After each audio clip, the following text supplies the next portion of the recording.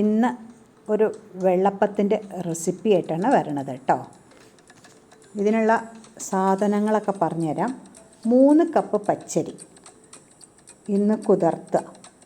എന്നിട്ട് രാവിലെ കുതിർത്തി വെച്ചിട്ട് രാത്രി ഒരു നാളികേരം ചിരകിയത് ചേർക്കുക. 1/4 കപ്പ് ഊതിയ പറക്കണ അവിൽ അതും കൂടി ചേർത്തിട്ട് അസലായിട്ട് അരച്ചിട്ട് വയ്ക്കുക. പിറ്റേ ദിവസം രാവിലേക്ക് അത് ചെറുതായിട്ടൊന്ന് പുളിച്ചിട്ടുണ്ടാവും. അതിൽ ഒരു 1/4 സ്പൂൺ ഒരു നുള്ള ഈസ്റ്റ് ഇടണം. പിന്നെ കുറച്ച് ഉപ്പ് ചേർക്കണം, ആവശ്യത്തിനുള്ള ഉപ്പ്. പിന്നെ ഒരു 2 ടേബിൾ സ്പൂൺ പഞ്ചസാര. എന്നിട്ട് ഇളക്കി മാവ് ഒരു പാത്രത്തിലാക്കി വയ്ക്കുക. എന്നിട്ട് ഈ ഷേപ്പിൽ ഇങ്ങനെ ചുറ്റിക്കറക്കി ചട്ടിയിലിട്ടിട്ട് ചുട്ടിട്ട് ഇങ്ങനെ കറക്കിയെടുക്കാം. പല ഷേപ്പിൽ അത് ഉണ്ടാക്കിയെടുക്കാം.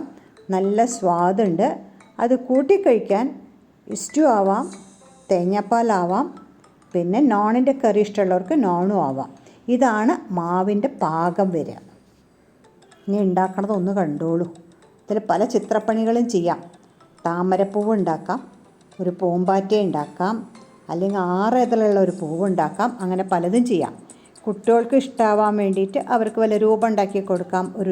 ഒരു പൂമ്പാറ്റ മാതിരി ഉണ്ടാക്കണുണ്ടോ, അങ്ങനെ ഉണ്ടാക്കാം. ഇങ്ങനെ പറഞ്ഞു വന്നപ്പോൾ പറയാൻ വിട്ടുപോയ ചില കാര്യങ്ങളും കൂടിയുണ്ട്. ഈ മാവ് ഒഴിച്ചു കഴിഞ്ഞാൽ ചട്ടി അടച്ചു വെക്കണം എന്നുള്ളതാണ്. അടച്ചു വെച്ചിട്ട് അത് വേവിക്കണം. പിന്നെ ഇതുകൊണ്ട് ഒരു 12 ആൾക്ക് വരെ വെള്ളപ്പം ഉണ്ടാക്കാം.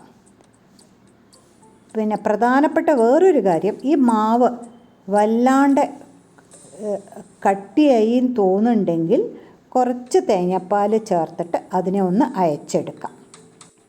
ഇനി ഒന്ന് ഉണ്ടാക്കി നോക്കി നോക്കൂ.